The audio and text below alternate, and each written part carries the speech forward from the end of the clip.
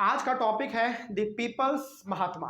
ठीक है, यानी कि महात्मा गांधी को अब लोग ये समझने लगे थे कि ये तो हमारे ही लोग हैं, यानी कि महात्मा गांधी तो हमारे ही लीडर हैं, जो हैं हमारे लिए बस यही हैं। अब हमको यदि डूबते हुए नैया से पार लगा सकते हैं तो वो है महात्मा गांधी। चलिए देखते हैं इसके बारे में क्या लिखा हुआ है। लिखा हुआ है, people thought of Gandhi ji as a kind of मसीहा who could help them overcome their misery and poverty.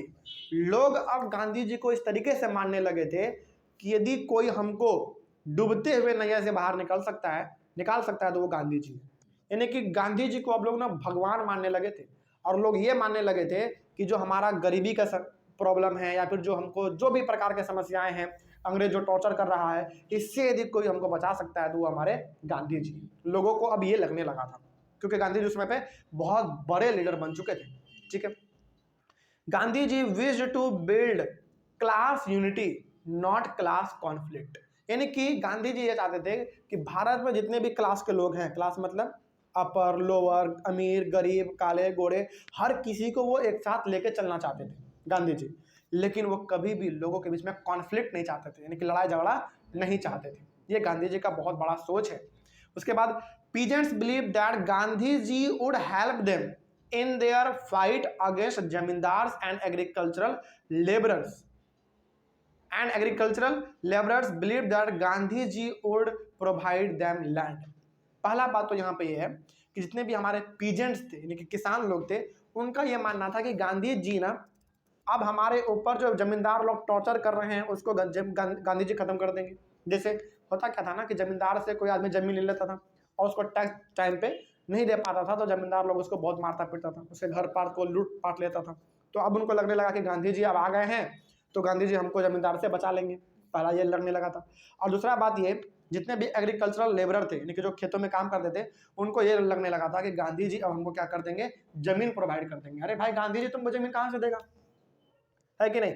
Gandhi ji जमीन कहाँ से देगा, पॉकेट में निकाल के दे देगा? ऐसा तो नहीं है। बल्कि लोग यहाँ पे उनके आइडियोलॉजी को अलग अलग तरीके से समझ रहे थे, है ना। गांधी जी कभी कहे थे क्या कि तुम मेरे आंदोलन में शामिल हो, हम तुमको जमीन प्रोवाइड करेंगे, हम तुमको जमींदार से बचाएंगे? नहीं, गांधी जी का सिंपली कहना यह था कि तुम हमारे आंदोलन में शामिल हो, भारत को आज़ाद करवाओ, फिर देखेंगे क्या करना है ना। लेकिन लोग तो समझ रहे हैं कि जमींदार से हमको बचा लेंगे गांधी जी, गांधी जी हमको जमीन प्रोवाइड कर देंगे। कहाँ से देंगे गांधी जी? भाई, गांधी जी खुद एक साधारण आदमी थे, है ना। आगे बढ़ते हैं फिर। Sometimes people credited Gandhi ji with their own achievements.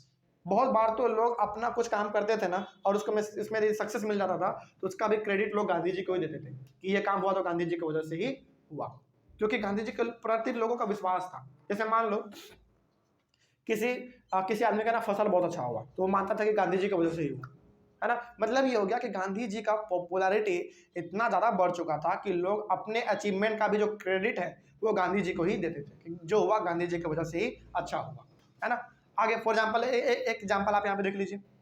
Peasants of Pratapgarh, जो कि उत्तर प्रदेश में है आज, peasants of Pratapgarh manage to stop illegal eviction of tenants but they felt that it was Gandhi ji who had won this demand for them. जैसे प्रतापगढ़ में क्या होता था ना, जितने भी हमारे किसान लोग थे छोटे छोटे, वो लोग जो अपना घर परिवार बना के रहते थे वहाँ पे, उनको वहाँ से लगातार अंग्रेजों के द्वारा भगाया जाता था, ठीक है, जो कि गलत काम है। तो वहाँ पे वहाँ के किसानों ने ही क्या कर दिया, विजयी पा लिया। मतलब कि वहाँ के लोग इस प्रकार से अंग्रेजों के खिलाफ आंदोलन किए कि अंग्रेज अब वहाँ से उनको भगा नहीं रहे हैं। तो मेहनत तो उन्होंने खुद किया, लेकिन इसका क्रेडिट किसको मिल रहा है? गांधी जी को, क्योंकि लोगों का मानना यह था कि जो हुआ गांधी जी की वजह से ही हुआ। ठीक है, मतलब कि लोग कुछ भी कर रहे थे, सक्सेस हो जा रहे थे तो उसका क्रेडिट गांधी जी को दे रहे थे, क्योंकि गांधी जी का उस समय में पॉपुलैरिटी बहुत ज़्यादा बढ़ चुका था। ठीक है, उसके बाद आगे बढ़ते हैं फिर। उसके बाद हाँ, ये तो हो गया।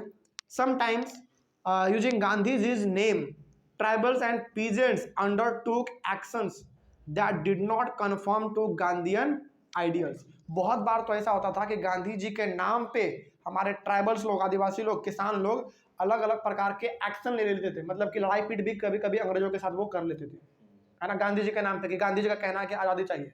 अरे भाई, गांधी जी कब कहे कि लड़ाई पीट करके आज़ादी लो? कभी कहे थे? नहीं कहे थे।